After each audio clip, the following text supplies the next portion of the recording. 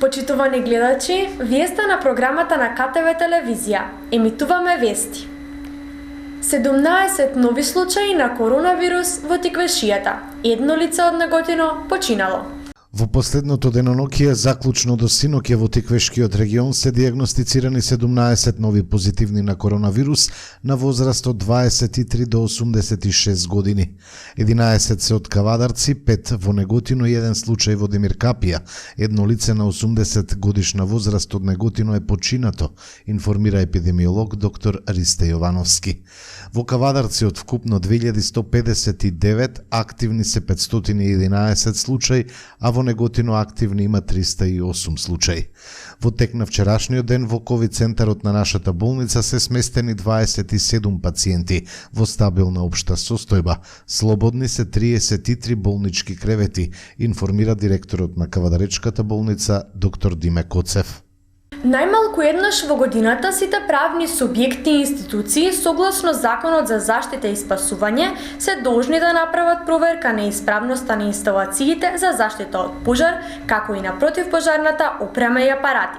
Од Кавадаречката противпожарна единица, локалната самоуправа и Дирекцијата за заштита и спасување денеска упатија апел согласно Законот за заштита и спасување и Правилникот за технички нормативи за хидрантска мрежа за гасење на пожар, сите правни субјекти, институции, болници, училишта да ја проверат опремата и нејзината исправност, со цел опремата секогаш да биде во состојба да може да се користи во случај на пожар.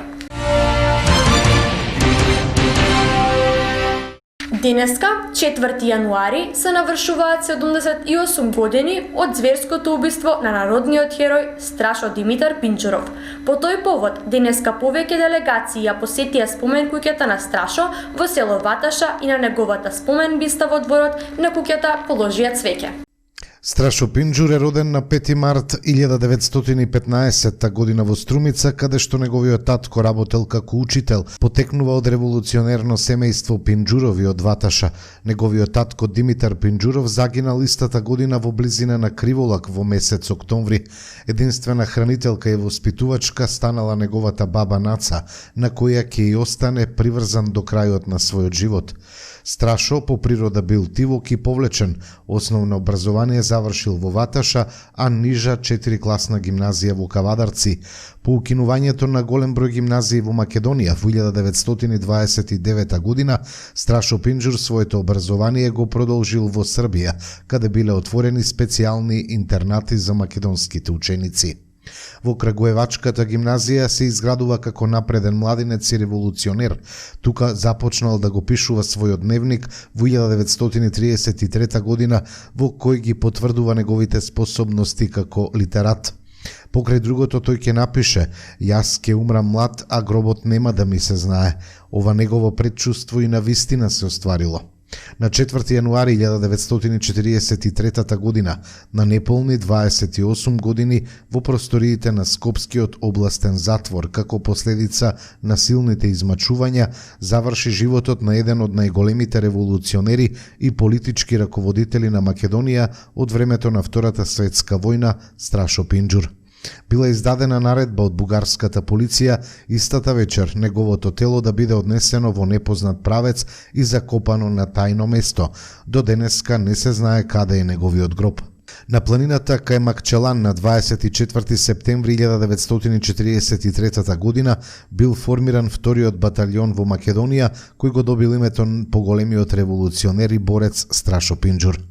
За неговата активност во организирањето на македонскиот народ за борба против фашистичкиот окупатор, како и за неговото храбро и достоинствено држење во затворот на 29 јули 1945 година. Страшо Пинџур е еден од првите прогласени народни херои во Македонија од времето на НОВ и револуцијата 1941-45 година. И покрај работењето во вонредни околности, првото полугодие заврши успешно, истакна министерката за образование и наука Мила Царовска по денешниот онлайн состанок со директорите на училиштата. Министерката за образование и наука Мила Царовска денеска одржа онлайн состанок со директорите на основните и средните училишта од целата држава во врска со спроведувањето на наставата во првото полугодие од учебната 2020-2021 година. На состанокот директорите на училиштата истакнаа дека иако на почетокот на училишната година отпорот кон онлайн наставата беше голем, сепак хибридниот модел ги даде посакуваните резултати во вонредни околности во какви што се работеше изминатите месеци.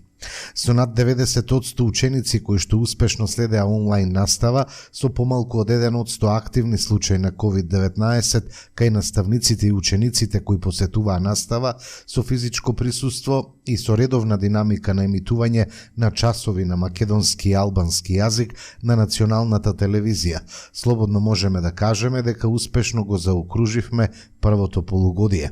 Наставниот материјал е поминат според предвидените скратени програми, а учениците се оценети, рекоа директорите на состанокот.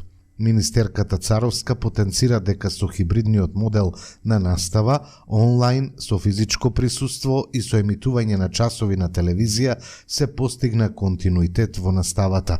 Огромна благодарност до директорите, наставниците, учениците и родителите, кои што со силна посветеност и ангажман направија се успешно да се реализира во услови на пандемија, рече Царовска. Денеска имав состаноци онлайн со сите директори од основните и средните училишта. Успешно заврши првото полугодие, зашто сме навистина сите среќни, благодарност до сите наставници, сите директори, сите ученици и родители. Ова беше навистина во вонредни околности, успешно прво полугодие. 90% од учениците следеа онлайн настава без пречки, преку IT уреди.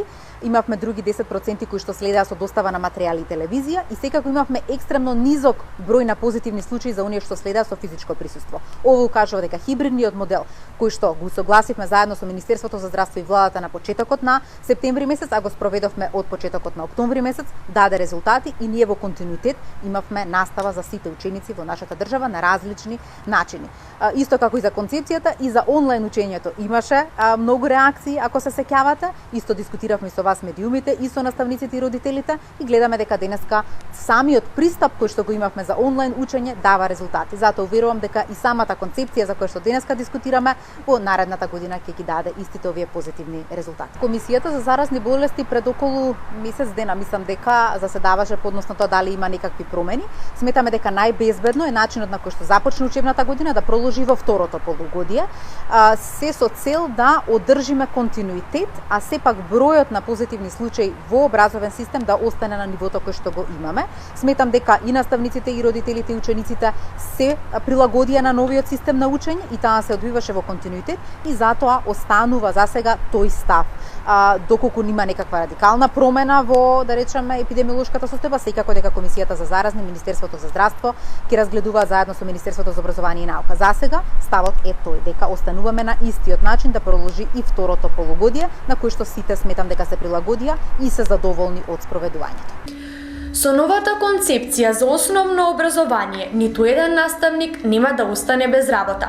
Влегуваме етапно и постепено во основно образование за да загарантираме квалитет и за да можеме да ги вклучиме сите застегнати страни кои имаат одредено мислење, рече денеска министерката за образование Мила Царовска. Концепцијата за основно образование е дел од стратегијата за реформа во образованието 2018-2025 и законска обврска на Министерството за образование и наука согласно Закон за основно образование. Не сум сама, тоа морам да истакнам, дека многу голем дел од академската јавност и од наставниците стојат позади концепцијата.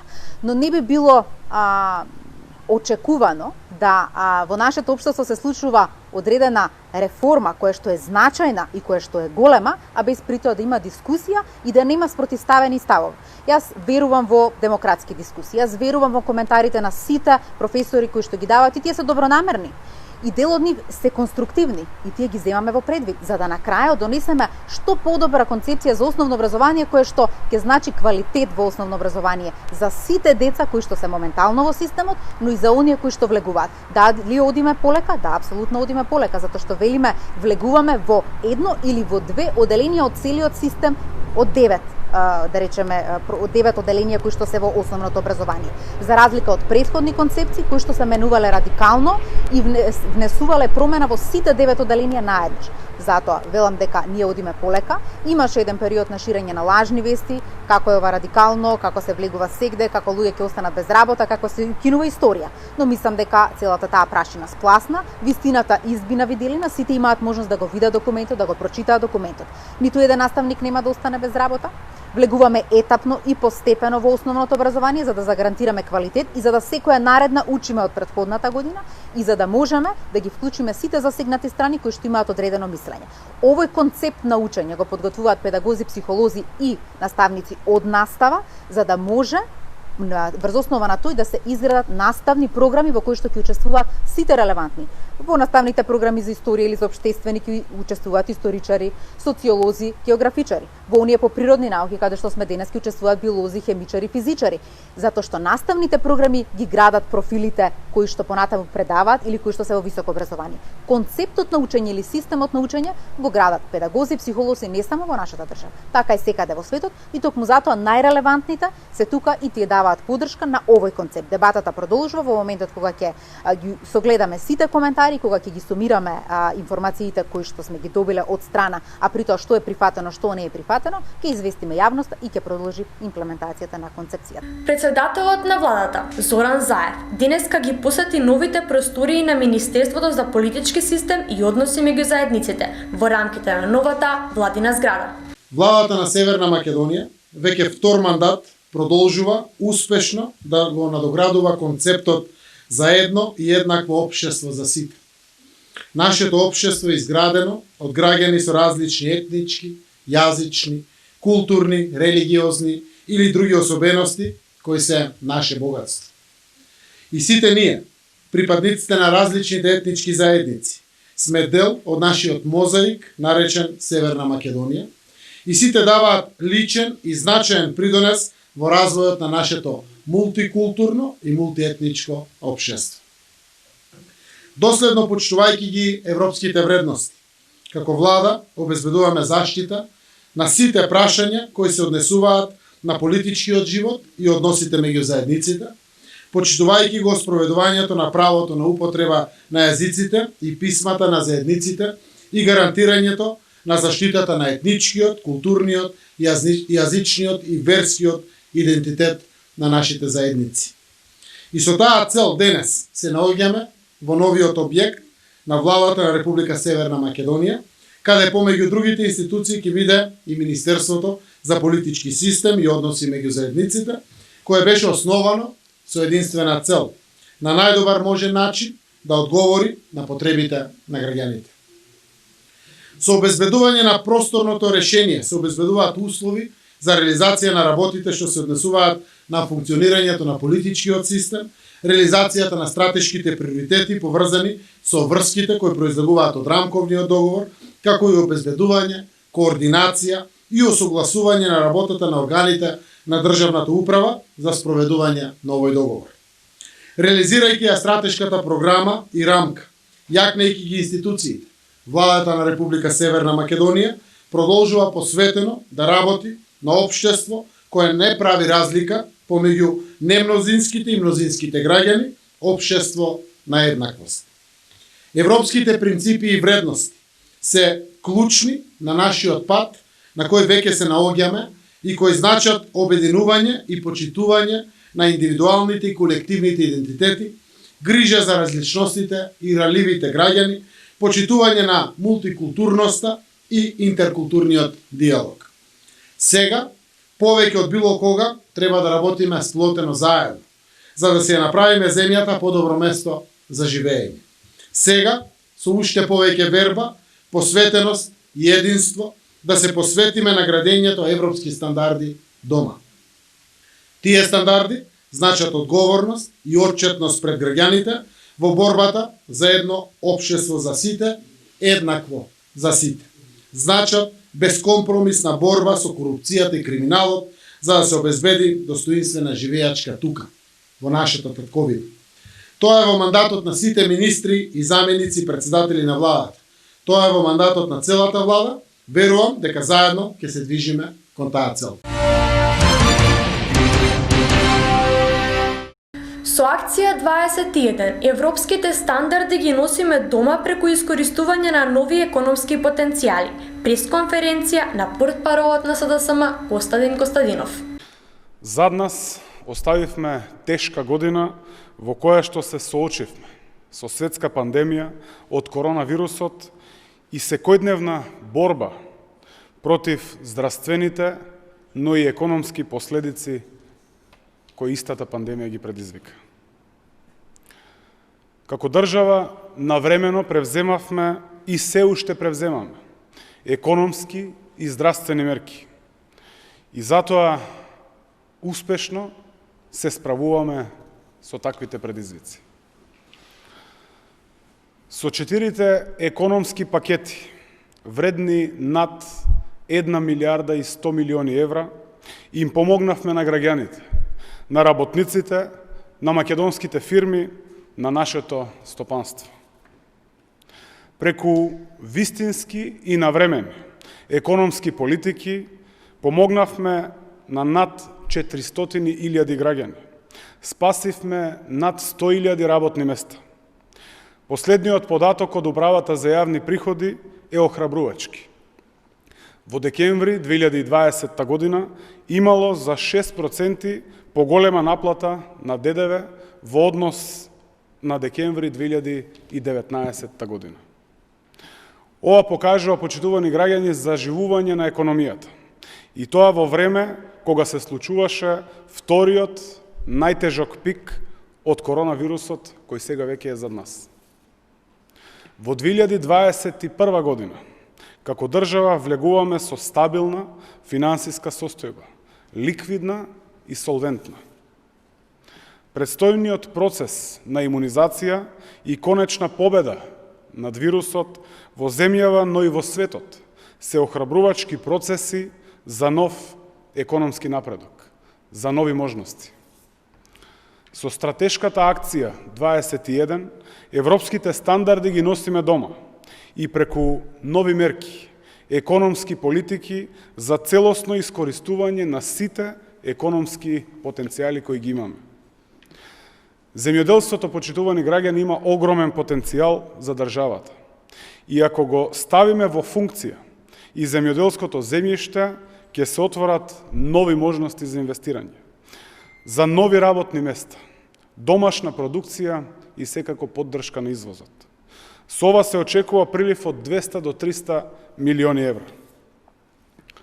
Во координација со Европската Унија се разгледуваат можностите за одредени погодности за ставање во функција на парите во кеш кои што сега се надвор од системот. Со соодветни законски измени, за да се спречат било какви манипулации, ресурсите од овој така наречен мртов капитал се ставаат во функција на развојот на нашата држава. 2021 година е година на можности, на нови економски потенцијали. Еден од нив, почитувана јавност, е и канабисот како една од најдинамичните индустрии во светот. Според проценките, годишниот прилив на средства од оваа дејност е предвиден на околу 250 милиони евра. Исполнувањето на акција 21 е наш мотив да работиме, да ги продолжиме европските стандарди, да го спроведеме во секој сегмент од секојдневното живење. Економијата, подобриот животен стандард се во нашиот фокус и за оваа 2021 година. Стоп за дезинформации, најава за засилување на борбата против лажните вести, а рекоа на пресконференцијата од СДСМ. Стоп за дезинформациите е еден од 10 приоритети во владината стратешка рамка акција 21 за европски стандарди дома. СДСМ како одговорна партија целосно е посветена на спроведување на активности за спротивставување на дезинформациите, лажните вести, со што ќе се спречат штетите кои му ги нанесуваат на нашето општество. Во рамки на планот за одлучна акција против ширењето на дезинформации и против нападите врз демократијата, во периодот пред нас ќе има засилени активности широки консултации со медиумските работници и граѓанскиот сектор и уште посериозна, поинтензивна борба со дезинформациите, со говорот на омраза и сите други форми на хибридни закани против демократијата.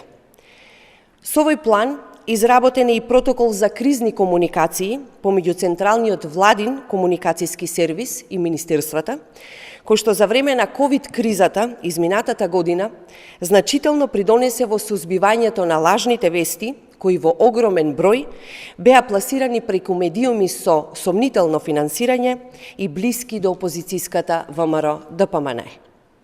Такви тенденции, за жал, се препознаваат и денес во вестите поврзани за вакцината против COVID-19, се со цел да се предизвика недоверба кај граѓаните, несигурност и паника, и секако да ги обезвреднат силните напори на институциите и лекарите во борбата против пандемијата. Ваквите обиди ќе се разобличуваат како дезинформации во соработка со факт-чекери, а на медиумите ќе им се обезбеди најтранспарентен пристап до релевантни извори и информации со цел креирање објективни медиумски содржини кои се од јавен интерес. Јавниот интерес мора да се штити. Граѓаните треба и мора да бидат целосно, точно, навремено информирани за начините за заштита од ковид, вклучително и за процесот на вакцинација. Лажните вести се директен удар врз демократијата. Тие мора да се препознаат, да се посочат, разобличат и целосно да се сузбијат. Токму затоа е важна и образовната реформа за воведување на медиумска дигитална писменост во основното образование. Почитувани, завршена е и процедурата за усогласување на меморандум за соработка на нашето Министерство за одбрана со НАТО на полето на сајбер нападите. Овој меморандум ќе овозможи координирана реакција на сојузниците во случај на сајбер напади. Нашата држава има голема поддршка од стратешките партнери во борбата против лажни вести и дезинформации кои го напаѓаат целиот свет. Целосно посветени, Северна Македонија ќе биде лидер во изнаоѓање на решенија и заедно со партнерите од Европската Унија и НАТО соодветно ќе возврати на оваа штетна појава.